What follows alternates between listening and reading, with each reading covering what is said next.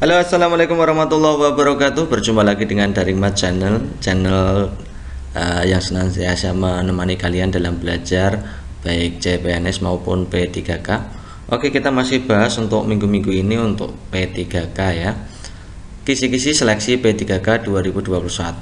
Kita menuju ke part 3 untuk kompetensi manajerial. Kita kasih bonus untuk kompetensi sosiokultural. Dan teman-teman ada yang request tentang tes TBS atau tes bakat skolastika untuk tes seleksi P3K, apakah ada gitu ya. Bahwa sesungguhnya untuk tahun 2019 itu kemarin itu tidak ada, tapi ini informasi yang berkembang. Ini akan juga diadakan TBS, tapi informasi saja, kita sambil menunggu kisi-kisi dari pemerintah ya, jadi sabar. Nanti kalau pengen belajar untuk TBS saya juga kasihkan videonya. Oke, kita mulai saja untuk kompetensi manajerial dan kompetensi sosiokultural part 3. Nomor 1 teman-teman, ini semua soal-soalnya kita harus melakukan analisis. Cara jawabnya bagaimana, kalian harus benar-benar paham, teman-teman semua harus benar-benar paham tentang peraturan pemerintah, Permen Pan RB ya, peraturan Menteri Pan RB nomor 38 tahun 2017 tentang standar ASN ya, standar kompetensi untuk ASN. Itu ada 3, yaitu manajerial, sosiokultural, dan teknis. Itu yang dibahas di situ adalah manajerial dan sosiokultural, yang tentunya yang sudah ada. Itu kalian harus benar-benar paham bagaimana indikatornya, bagaimana levelnya. Kita kasih contoh ini nomor 1 teman-teman. Di kantor Anda menemukan beberapa inventaris kantor yang rusak dan hanya Anda yang mengetahuinya. Bagaimana sikap Anda? Nah teman-teman, kita analisis dulu ini cirinya soal nomor 1 itu apa. Ini ternyata ini kan pada soal di nomor 1 ini menggambarkan bahwa ini menguji integritas Anda. Bagaimana kalau Anda melihat bahwa barang-barang inventaris kantor itu ada yang rusak, Anda yang mengetahuinya, Anda harus bagaimana? Anda jujur apa tidak? Anda mau mengatakan apa tidak? Anda mau menyampaikan ini apa tidak gitu ya, intinya ya. Berarti ini masuknya di integritas Anda. Ya, bagaimana Anda bertindak sesuai aturan, bagaimana kejujuran Anda, itu masuknya di sini. Termasuk di sini Anda diuji dengan integritas. Level yang seperti ini masuknya di level 2 teman-teman. Kita lihat level 2. Level 2 itu mampu mengingatkan, mengajak rekan kerja untuk bertindak sesuai nilai, norma, dan etika organisasi. Meskipun tulisannya level 2 seperti itu, tapi indikatornya yang paling penting itu kalian, yaitu mampu menerapkan norma-norma secara konsisten dalam setiap situasi pada unit kerja terkecil. Atau memberikan informasi yang dapat dipercaya. Ini indikatornya ada 2 yang bisa kita gunakan untuk menjawab nomor 1. Memberikan informasi yang dapat dipercaya sesuai dengan etika organisasi. Mana yang mencerminkan menerapkan norma konsisten dan memberikan informasi yang dapat dipercaya? Ketika kalian jawab A, saya diam saja karena saya bisa dituduh sebagai pelaku pelapor. Ini jelas bukan mencerminkan Anda itu seorang integritas. Keberanian Anda dalam melaporkan barang-barang rusak ya, meskipun bukan Anda sendiri yang melakukan. Yang C ini juga bukan. Saya selidiki siapa yang melakukan pengerusakan itu, karena itu bukan kewenangan Anda. Kita harus menerapkan norma-norma ini konsisten sesuai kewenangan kita. Saya akan memberitahu rekan saya. Ini juga Anda memberitahu rekan Anda itu juga tidak pas, karena rekan Anda tidak punya kewenangan akan hal itu ya. Jadi jawaban yang benar adalah D, karena yang E ini juga tidak. Karena saya sedang sibuk, nanti saja dipikirkan. Ini juga bukan mencerminkan Anda sebagai seorang yang berintegritas. Oke gitu ya teman-teman. Jadi jawaban yang paling benar adalah melapor ke bagian perlengkapan, karena yang bertugas itu kan, yang punya kewenangan itu bagian perlengkapan, agar ditindak lanjuti apapun resikonya teman-teman. Mungkin Anda akan dituduh itu resiko, tapi yang jelas Anda punya integritas tentang hal itu. Kalau Anda punya integritas, maka orang pasti segan terhadap Anda. Bagian perlengkapan pun juga akan menyadari bahwa orang yang melaporkan itu belum tentu, tidak mungkin berpikiran untuk dituduh demikian. Kayak gitu ya. Nomor 2 teman-teman. Demi kelancaran acara esok hari, divisi saya diminta kerja lembur, padahal saya sudah berjanji untuk mengantar ibu saya ke dokter. Yang seharusnya saya lakukan ini, kalian itu akan dibenturkan dengan 2 situasi khusus. satu, Anda sebagai seorang pekerja itu harus mampu bekerja sama dalam satu kelompok, ini memikirkan tentang pekerjaan Anda. Yang kedua, Anda punya janji. Nah, janji ini masuknya di integritas, teman-teman. Orang yang berintegritas itu selalu tidak ingkar janji, mengatakan apa yang benar, ya, mengatakan apa yang dikatakan, ya, mengerjakan apa yang dikatakan atau melaksanakan apa yang dikatakan. Ini kalian dibenturkan dengan dua hal, yaitu bagaimana integritas Anda dan bagaimana kerjasama Anda dalam satu tim atau pekerjaan. Nah, pada integritas itu levelnya 1, mampu bertindak sesuai nilai norma etika organisasi dalam kapasitas pribadi. Ini bertingkah laku sesuai dengan perkataan fakta. Kalau Anda berjanji, maka Anda harus menepati janji.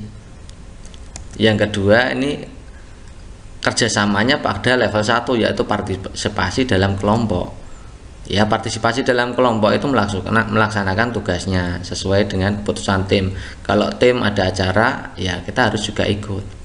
Mana yang memfasilitasi dua-duanya? Kalau kalian dibenturkan oleh dua hal seperti ini, maka mana yang bisa memfasilitasi dua-duanya? Ya gitu ya. Coba kita lihat opsi A, jelas pulang dan teman-teman tidak mengetahui, berarti hanya mementingkan tentang integritas, ya, memenuhi janji kepada ibu. Jadi yang kerjasama tidak diakomodir. Kemudian pulang lebih cepat dengan pura-pura sakit, ini juga tidak mengakomodir untuk kerjasama. Kemudian mencoba menghubungi ibu saya dan mengatakan saya akan sedikit terlambat, ini yang dipentingkan kerjasamanya, tapi integritasnya sudah berjanji, ya. Kemudian lembur sampai pekerjaan selesai, ini juga yang diutamakan kerjasamanya, integritasnya tidak. Yang E, meminta izin kepada atasan untuk mengantar ibu saya sebentar lalu kembali. Nah, ini dua-duanya tercover, teman-teman. Ya, integritas dan kerjasamanya dua-duanya tercover. Oke, gitu jawabannya, berarti yang E. Nomor selanjutnya, saat Anda dituduh dan dimarahi oleh atasan sedangkan hal tersebut tidak sesuai dengan keadaan sebenarnya, yang akan Anda lakukan adalah apakah A, menanggapi pertanyaan dari siapapun tentang isu-isu tersebut, apakah B, saya akan berusaha menemukan penyebar isu itu dan membuat perhitungan dengannya, apakah C, saya akan membiarkan saja karena nanti juga akan hilang dengan sendirinya, apakah D, berusaha menjelaskan keadaannya sebenarnya, apakah E, meminta pertimbangan teman dekat. Nah, teman-teman, untuk soal seperti ini yang menjadi fokus ini adalah bahwa ada isu, teman-teman, bahwa ada isu bahwa Anda itu melakukan kesalahan, sehingga Anda nanti kemudian dituduh dan dimarahi oleh atasan Anda. Bagaimana Anda mengkomunikasikan masalah ini yang paling penting. Maka ini masuknya di komunikasi.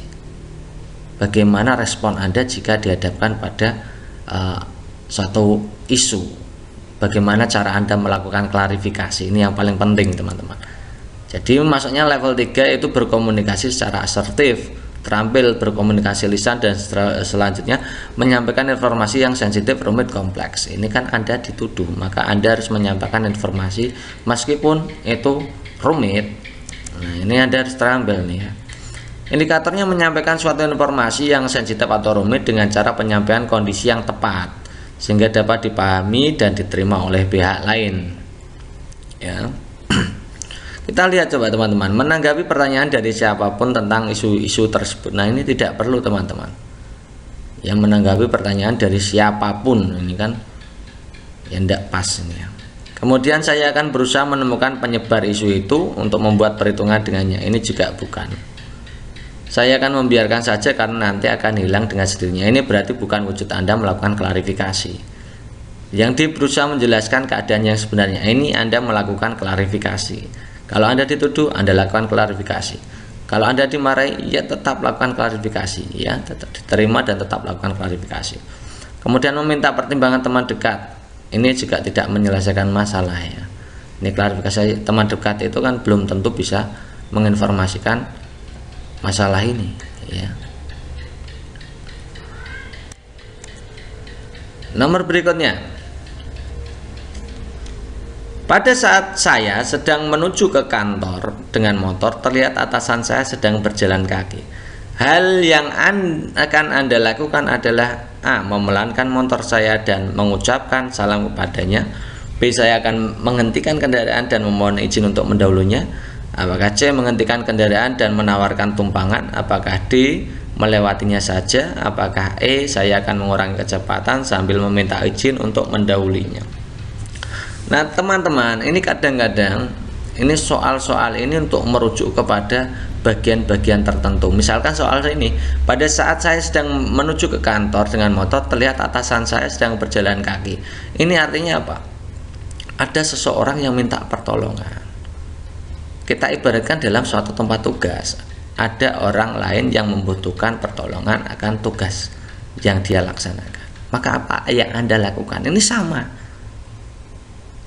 sama dengan kasus ini. Anda naik motor, artinya Anda lancar dalam bekerja.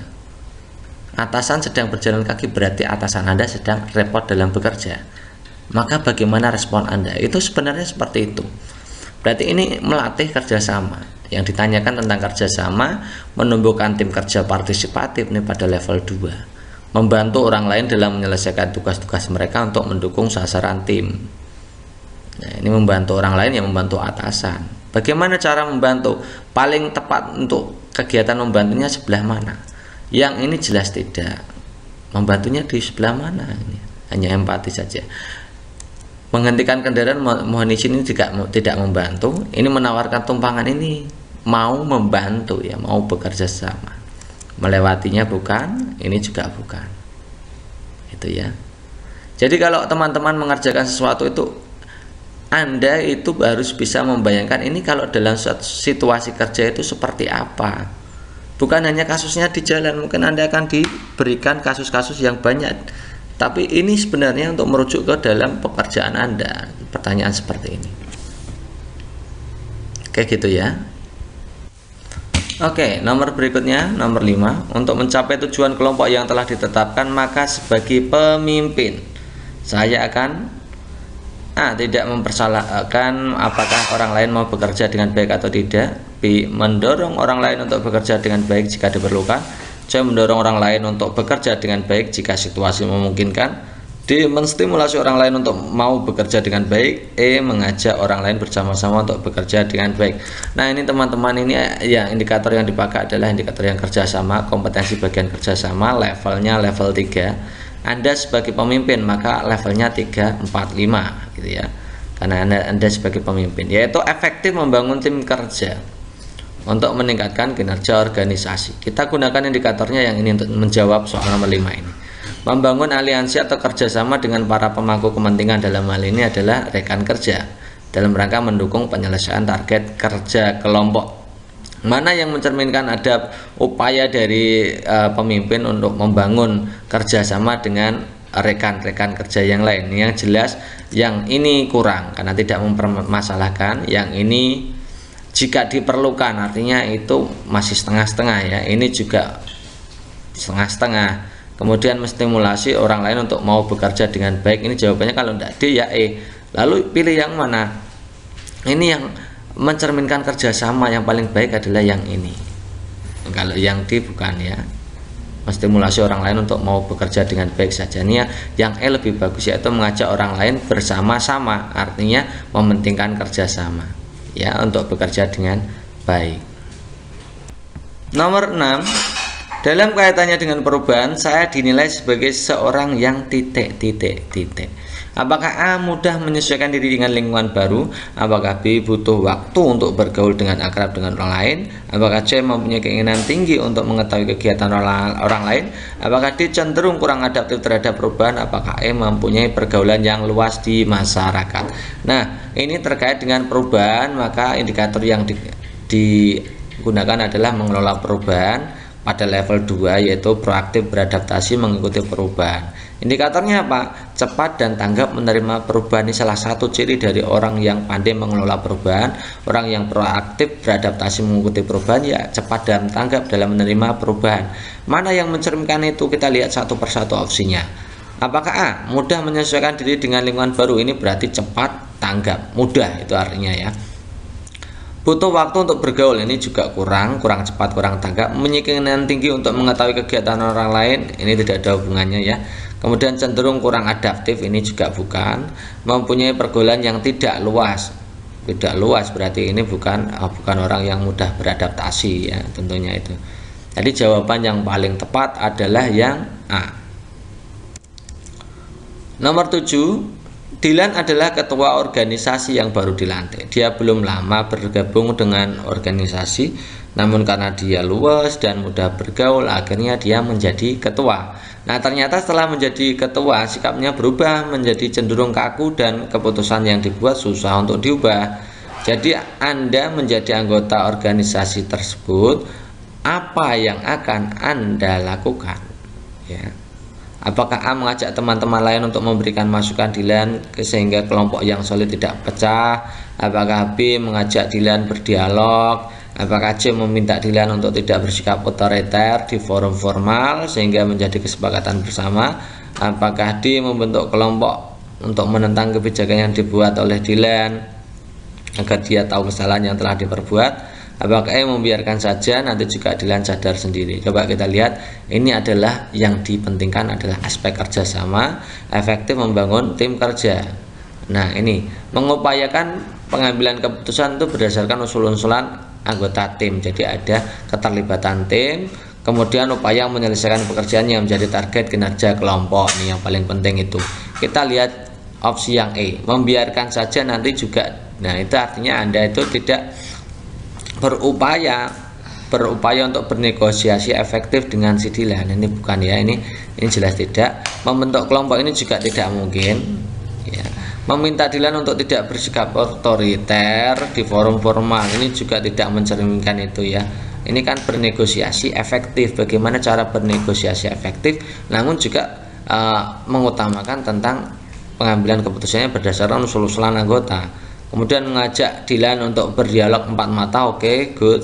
Kemudian mengajak teman-teman lain untuk memberikan masukan ke Dilan sehingga kelompok yang solid tidak pecah. Nah, ini selain Anda sendiri, Anda juga mengajak teman-teman untuk saling menasihati kepada si ketua ini. Jadi ini melibatkan dua-duanya ini ya. Kalau yang ini hanya melibatkan Anda dan Dilan saja, tapi teman-teman juga tidak ikut terlibat dalam penyelesaian kasus ini. Jadi yang melibatkan itu yang A. Kemudian nomor 8, ketika saya menjadi panitia kegiatan sekolah, saya akan menggalang dana dengan cara. Nah, apakah A menggerakkan teman-teman untuk mencari dana, B mencari sponsor pendukung keberhasilan acara, apakah mengajukan proposal kegiatan sekolah, apakah menghubungi sponsor yang sudah saya kenal, apakah E meminta sumbangan pada orang tua. Nah, ini ketika Anda menjadi ketua panitia, itu artinya Anda akan diuji aspek jadi panitia, itu kerjasamanya akan diuji. Levelnya 3, efektif membangun tim kerja, membangun aliansi kerjasama dengan para pemangku kepentingan. Ini maksudnya adalah karena Anda itu menjadi panitia, maka Anda harus bekerja sama dengan anggota panitia yang lain untuk melaksanakan itu. Mana yang mencerminkan? Yang ini jelas meminta sumbangan pada orang tua, berarti Anda bekerja sendiri kan, menjadi panitia itu kan harus kerja sama ya. Kemudian ini juga bukan, ini bukan ya, mengajukan proposal kegiatan sekolah ini juga bagus sebenarnya, tapi ini semuanya hanya melibatkan Anda sendiri. Mencari sponsor ini juga bukan, ini juga melibatkan Anda sendiri. Teman yang lain mana yang tidak dilibatkan, ini yang jelas yang dilibatkan gitu ya. Jadi ketika Anda menjadi panitia, itu berarti Anda harus mampu bekerja sama dengan anggota panitia yang lain. Next, untuk nomor 9, jika jadwal yang biasa Anda lakukan diubah, apa yang akan Anda lakukan? Ini tentang mengelola perubahan. Ini kan ada jadwal diubah. Bagaimana Anda mengelola keadaan yang berubah seperti ini? Nah, levelnya 2, proaktif beradaptasi mengikuti perubahan. Yang digunakan indikatornya adalah cepat dan tanggap dalam menerima perubahan. Mana yang mencerminkan itu? Apakah A biasa saja dalam melakukannya? Jelas ini bukan. Merasa tertantang bersemangat untuk menyesuaikan diri, oke. Ini marah mengeluh, ini jelas bukan ya teman-teman. Apakah panik dan merasa gelisah? Ini juga bukan. Apakah mencari teman lain yang mengalami hal serupa? Ini juga tidak mencerminkan Anda itu cepat dan tanggap dalam menerima perubahan ya. Next, nomor 10 teman-teman, Apakah Anda bersedia untuk memperdebatkan sesuatu padahal kelompok Anda jelas-jelas tidak menyetujuinya? A. Saya akan tetap mempertahankan pendapat saya. B. Saya akan menyimak pendapat lain terlebih dahulu. C. Saya akan berpikir ulang dan mencari jalan tengah. Apakah D. Saya akan mengalah saja? Apakah E. Saya akan mengumpulkan teman-teman dulu untuk menyuarakan pendapat saya? Coba kita lihat. Ini adalah yang diujikan adalah aspek kerjasama, menumbuhkan tim kerja yang partisipatif, ini berbagi informasi yang relevan atau bermanfaat untuk anggota tim, mempertimbangkan masukan. Yang kita gunakan adalah yang mempertimbangkan masukan dan keahlian dari anggota dalam tim, ya, bersedia untuk belajar dari orang lain, menerima masukan, belajar dari orang lain. Mana yang mencerminkan itu? Nah, kita lihat coba. Yang A, saya akan tetap mempertahankan pendapat saya. Berarti Anda tidak belajar dari orang lain. Orang-orang yang lain, teman-teman dalam kelompok Anda tidak menyetujuinya, kok Anda mempertahankan, itu jelas tidak mungkin, ya. Berarti tidak belajar dari orang lain, tidak mau menerima masukan orang lain. Kemudian B, saya akan menyimak pendapat lain terlebih dahulu. Ini juga bagus sebenarnya. Bagus kita. Saya akan mengalah saja, ini juga bukan mengalah, ya. Ini harus menerima masukan tapi belum tentu mengalah, kan, ya. Saya akan mengumpulkan teman lebih dahulu untuk menyuarakan pendapat saya. Ini juga tidak layak, ya, tidak bagus. Ini jawaban yang benar antara B dan C, tapi yang paling bagus adalah saya akan berpikir ulang. Itu artinya Anda melakukan introspeksi diri, menerima masukan dari orang lain, kemudian bersedia belajar dari orang lain, mencari jalan tengah. Ini artinya belajar dengan orang lainnya di situ. Jadi B dan C bagusnya yang C. Nomor 11, Anda sedang mengemudikan kendaraan. Tiba-tiba handphone Anda berdering. Apa yang akan Anda lakukan? Apakah A. menepi untuk mengangkat handphone? Apakah B. menyuruh rekan yang di samping Anda untuk mengangkatnya? Apakah C. membiarkan saja sampai ke tempat tujuan? Apakah D. mematikan handphone karena mengganggu konsentrasi saat bekerja? Apakah E. segera mengangkatnya karena membuat Anda tidak fokus bekerja? Ini adalah menguji bagaimana Anda mengambil suatu keputusan di saat, ini simulasinya di jalan, ya. Jadi ini nanti tujuannya, ya, kalau Anda di tempat kerja bagaimana? Ini kan sama saja, ya. Ini yang diuji adalah mengumpulkan informasi untuk bertindak sesuai kewenangan. Maksudnya bagaimana? Ini mengenali situasi atau pilihan yang tepat untuk bertindak. Ini maksudnya di situ. Bagaimana Anda bertindak pada situasi seperti ini, ya. Kenal terhadap situasi. Misalkan Anda mengemudikan kendaraan, handphone berdering. Lah kalau Anda langsung angkat telepon, itu jelas membahayakan pengendara yang lain, membahayakan Anda sendiri juga, ya, karena Anda tidak konsentrasi dalam berkendara. Oke, kita lihat opsi yang tepat. Yang ini segera mengangkatnya karena membuat Anda tidak fokus bekerja. Ini alasannya benar, tapi segera mengangkatnya artinya pasti Anda tidak akan fokus ketika mengangkat. Mematikan handphone, ini juga situasinya atau pilihannya tidak tepat, ya. Mematikan handphone itu memang bagus, tapi ini penting tidak. Jangan-jangan ini adalah suatu berhubungan dengan pekerjaan penting sementara Anda tidak bisa mengangkat handphonenya, ya.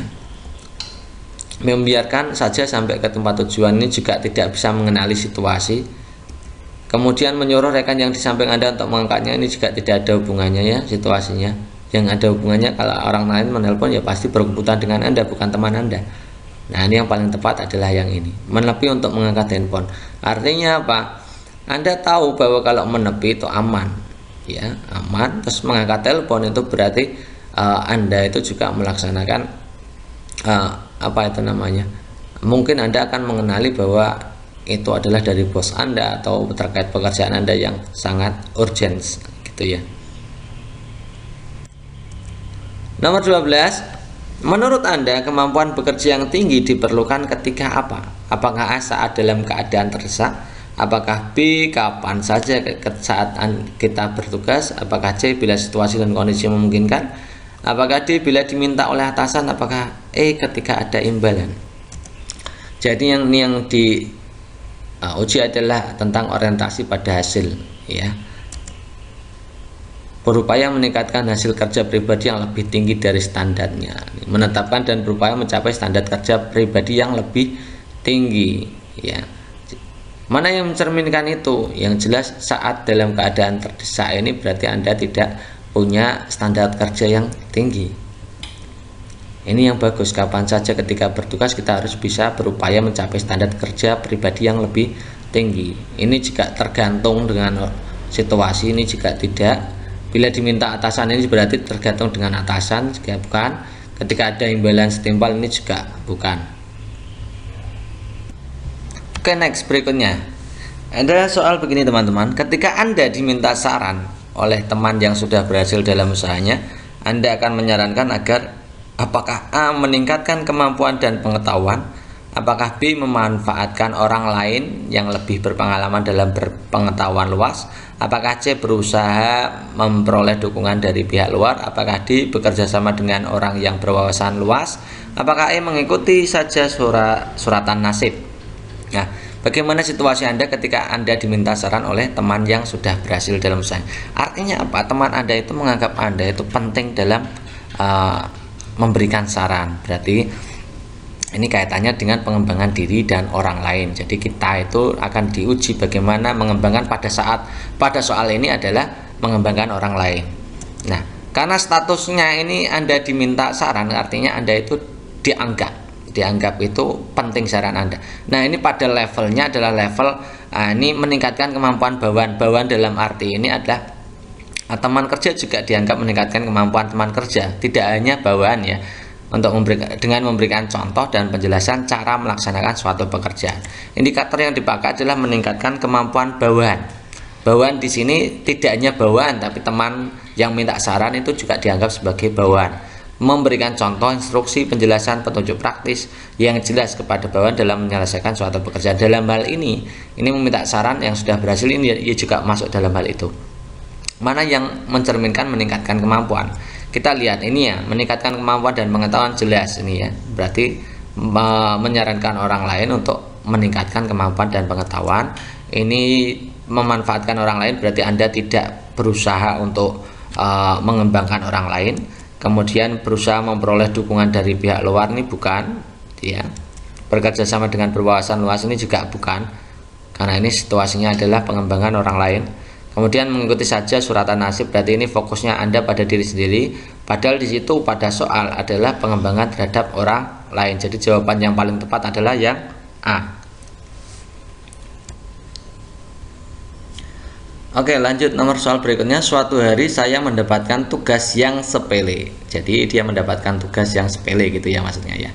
Sikap saya adalah titik-titik. Apakah marah karena kemampuan saya dianggap rendah?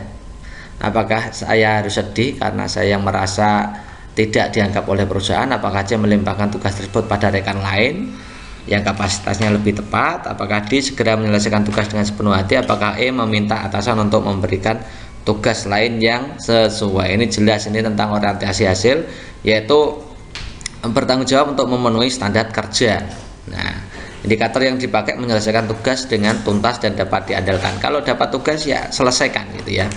Mana yang mencerminkan itu? Ini yang jelas yang A, tidak marah-marah, sedih, tidak melimpahkan, ini juga tidak merupakan bukti bahwa Anda dapat diandalkan. Yang D ini yang bagus. Kemudian yang E ini juga bukan, meminta atasan untuk memberikan tugas, ini jelas bukan gitu ya.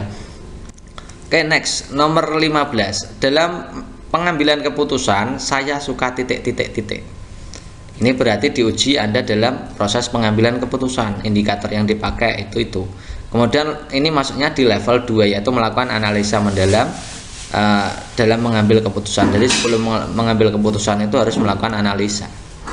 Salah satu indikator yang dipakai adalah membuat keputusan operasional berdasarkan kesimpulan dari berbagai sumber informasi. Sumber informasi ini ya teman-teman Anda, tim kerja Anda, keterlibatan anggota Anda. Itu yang paling penting itu. Bagaimana Anda membuat keputusan, tapi juga mempertimbangkan dari sumber-sumber informasi dari rekan kerja Anda, dari apapun ya, untuk menyelesaikan itu. Nah, dalam proses pengambilan keputusan mana yang mencerminkan itu? Nah, kita lihat coba. Mempercayakan keputusan pada kelompok, ini jelas Anda tidak bisa mengambil keputusan secara tepat, karena ini malah pelimpahan keputusan ya. Menciptakan suasana agar orang tidak berani mengungkapkan pendapatnya, ini juga bertentangan dengan mengambil kesimpulan dari berbagai sumber informasi. Anda malah menutup peluang itu. Kemudian mengusahakan agar pendapat saya diterima, ini juga bukan, ya. Harus bisa mengambil kesimpulan dari berbagai sumber informasi. Mengambil alih proses pengambilan ini cenderung otoriter, yang ini ada keterlibatan ini. Jadi Anda itu mengambil keputusan, tapi juga mengambil keputusan berdasarkan berbagai sumber, termasuk keterlibatan teman Anda, itu ya. Next, nomor 16. Teman kantor saya memberikan saya hadiah ulang tahun yang saya tidak sukai. Sikap saya adalah, ini sosiokultural teman-teman. Levelnya aktif mengembangkan sikap menghargai, menekankan persamaan dan persatuan. Ini membangun hubungan baik. Nah, ini termasuk membangun hubungan baik. Memberikan hadiah, bagaimana sikap Anda, bagaimana Anda dalam menjalin hubungan baik dengan teman kantor Anda. Meskipun teman kantor Anda itu memberikan hadiah yang tidak Anda sukai, mana yang mencerminkan kegiatan yang membangun hubungan baik terhadap teman.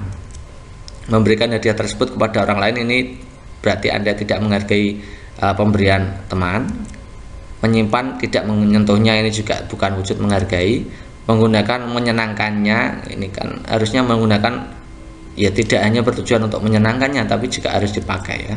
Menyimpan sebagai kenang-kenangan juga tidak bagus. Yang paling bagus adalah ini, menggunakan untuk keperluan. Ini wujud dari membangun hubungan baik antar individu gitu ya. Kemudian nomor 17, ketika sedang santai di rumah, saya melihat seorang ibu yang bersepeda motornya macet ya.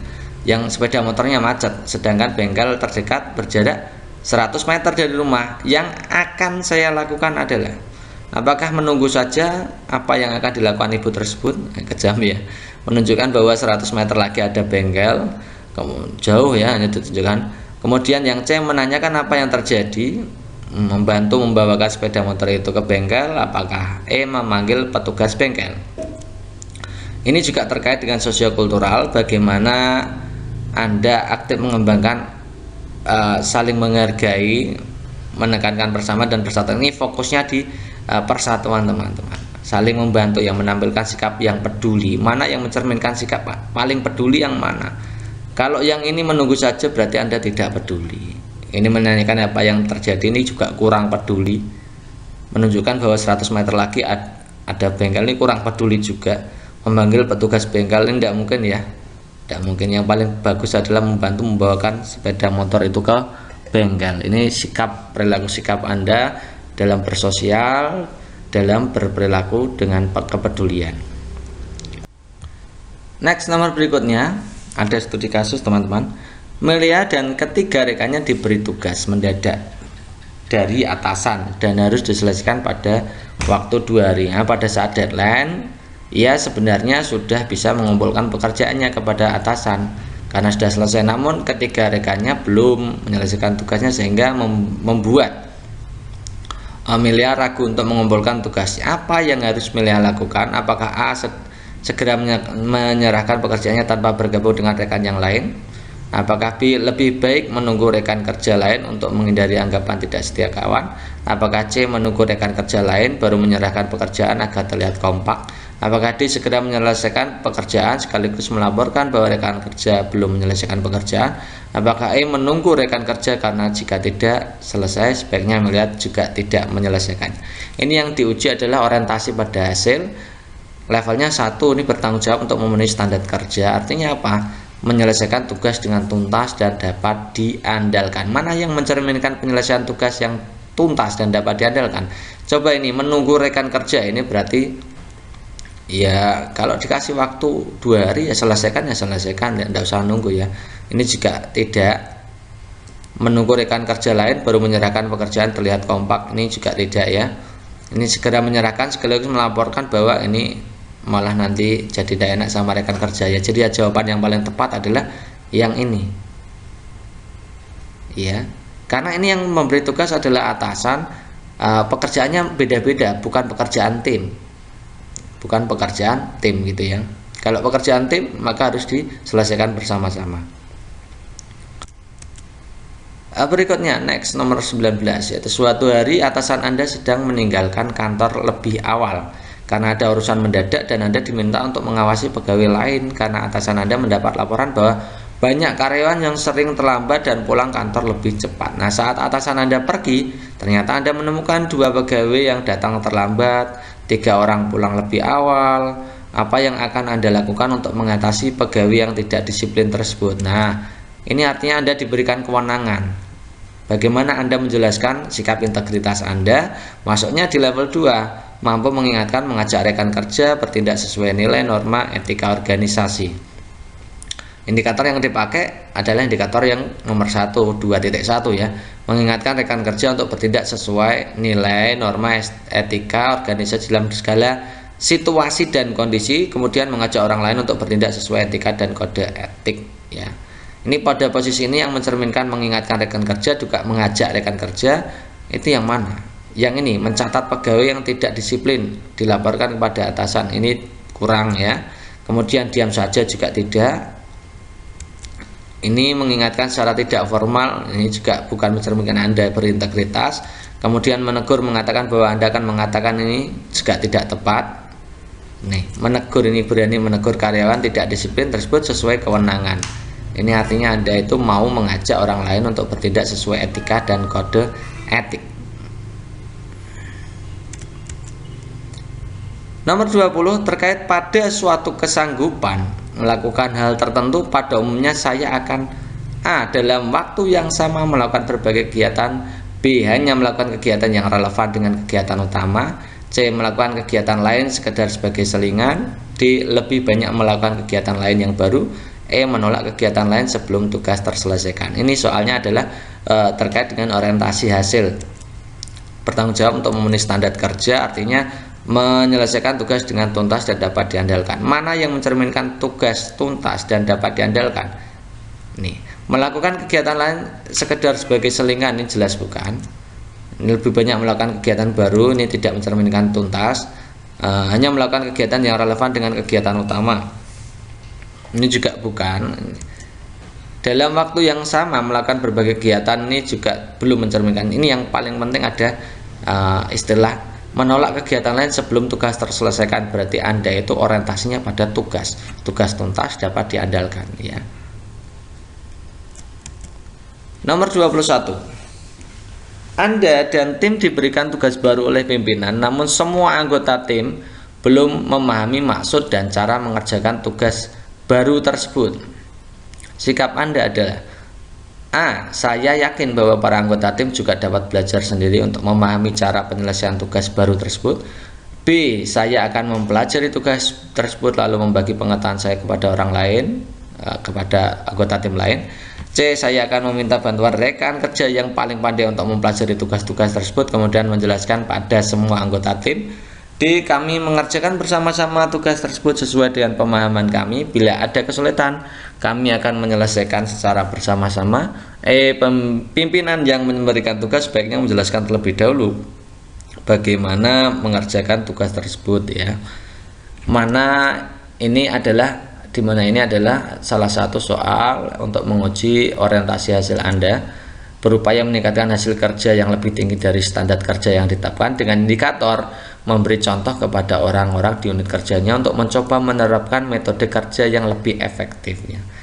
Ini karena ada situasi cara mengerjakan tugas baru, mana yang mencerminkan Anda itu mampu memberi contoh kepada orang-orang di sekitar unit kerja Anda, teman-teman Anda, mencoba menerapkan metode kerja yang baru tersebut.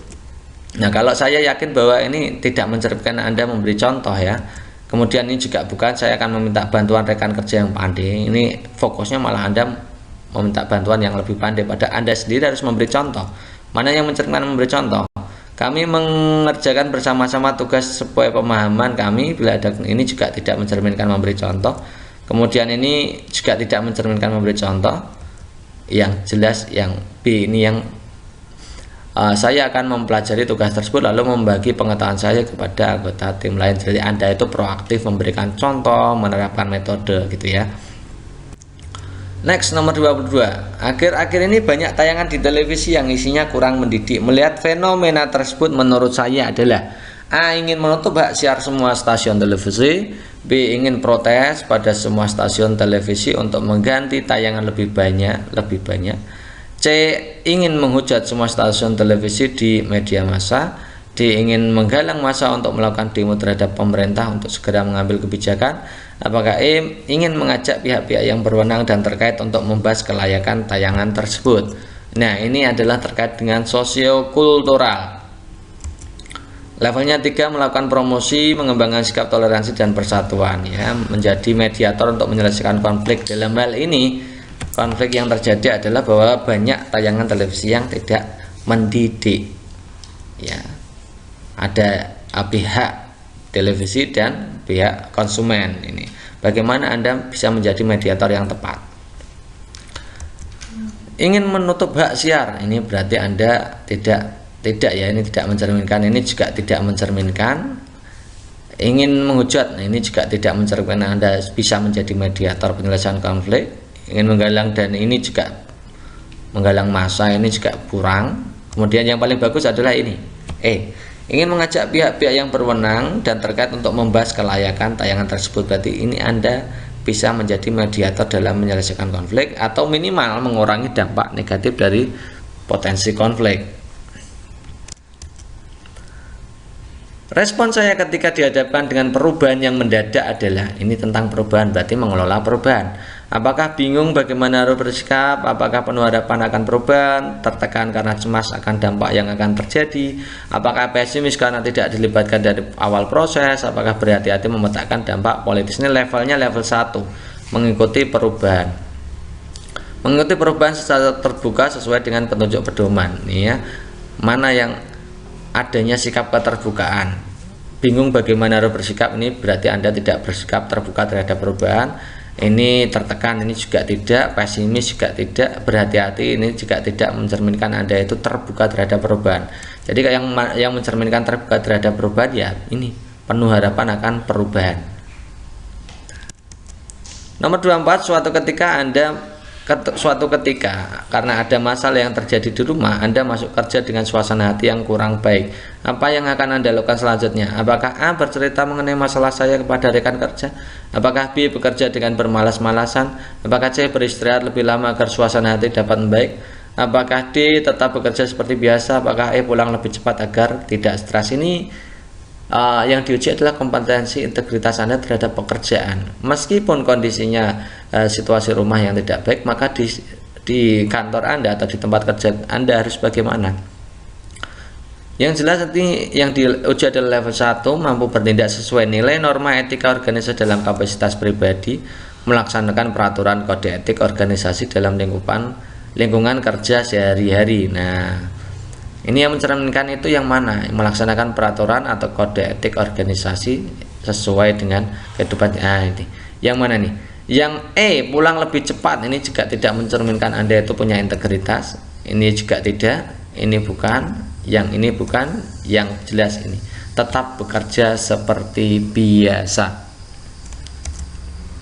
Nomor 25, Anda adalah seorang anggota dari sebuah organisasi yang memiliki aturan bahwa setiap anggotanya dilarang untuk menggunakan fasilitas organisasi tanpa izin. Suatu ketika karena suatu alasan Anda melanggar peraturan tersebut dan mendapatkan teguran, sehingga sikap Anda adalah titik-titik. Apakah A, memberi alasan yang dapat diterima mengapa saya melanggar peraturan tersebut? B, saya akan menerima teguran tersebut karena memang salah meskipun akan menghadapi konsekuensi untuk dibenci oleh anggota lain?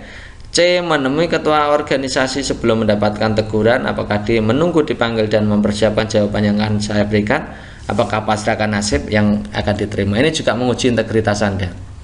Ketika Anda melakukan kesalahan, bagaimana sikap Anda? Ya.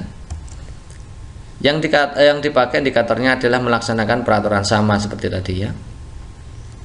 Kalau Anda salah, berarti Anda harus punya tanggung jawab untuk bertanggung jawab akan kesalahan Anda. Kalau ini memberi alasan yang dapat diterima mengapa saya melanggar, ini juga tidak. Pasrah ini bukan, menunggu dipanggil dan mempersiapkan jawaban ini juga bukan. Ini juga bukan. Yang paling tepat adalah yang ini. Anda mencerminkan sikap integritas. Kalau Anda salah, Anda mendapatkan teguran, Anda mau untuk ditegur, kemudian bersedia menghadapi konsekuensi untuk apa yang Anda langgar tersebut, meskipun konsekuensinya itu dibenci oleh anggota lain. Nomor 26, setelah bekerja selama beberapa tahun di perusahaan Google, Tokijan dipindah ke bagian lain yang orangnya sama sekali baru dan tidak dikenal sebelumnya. Jika Anda sebagai Tokijan, apa yang akan Anda lakukan? Ini terkait dengan pemberian tugas, artinya orientasi pada hasil, bertanggung jawab untuk memenuhi standar kerja, menyelesaikan tugas dengan tuntas dan dapat diandalkan. Mana yang mencerminkan itu? Menerima dengan kecewa, ini jelas bukan. Memprotes kepindahan, ini juga bukan. Mogok kerja, bukan. Ini juga tidak tepat. Ya, ini yang mengerjakan tugas yang menjadi job desk saya di bagian itu. Selesai. Oke teman-teman, itu saja yang bisa kita sampaikan untuk pertemuan kali ini. Semoga materi-materi yang kita berikan ini punya manfaat untuk Anda, dan selamat belajar, dan ditunggu untuk tryout berikutnya. Oke gitu ya. Assalamualaikum warahmatullahi wabarakatuh.